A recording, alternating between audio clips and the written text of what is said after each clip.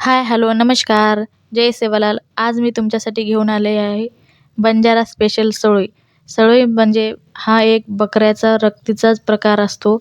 तर हा बकऱ्यांच्या ओजडीने एकदम वेगवेगळ्या पद्धतीने बनवली जाणारी रेसिपी म्हणजेच बंजारा स्पेशल सळोई.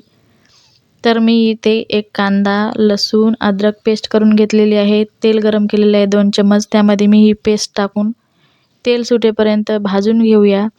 आणि यामध्ये मी मीठ टाकलेले आहे. मीठ परतून घेतल्यावर मसाले ॲड करूया. याच्यामध्ये लाल तिखट, धनिया पावडर, गरम मसाला, हळद हे मी टाकलेलं आहे याच्यामध्ये. हे चांगल्या प्रकारे आपण परतून घेऊया. तेल सुटेपर्यंत याला भाजून घेऊया आपण.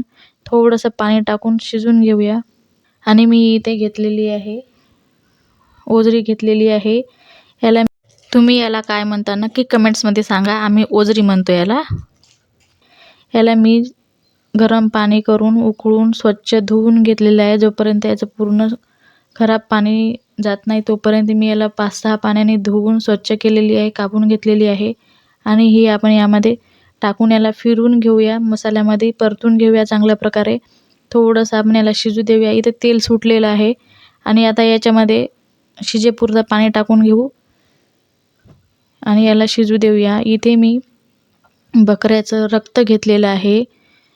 या रक्तामध्ये मी 3 चम्मच ज्वारीचं पीठ टाकत आहे. बाजरीचं पीठ पण टाकू शकता, पण मी इथे ज्वारीचं पीठ टाकलेलं आहे आणि याला मिक्सरमधून मिक्स करून घेतलेलं आहे.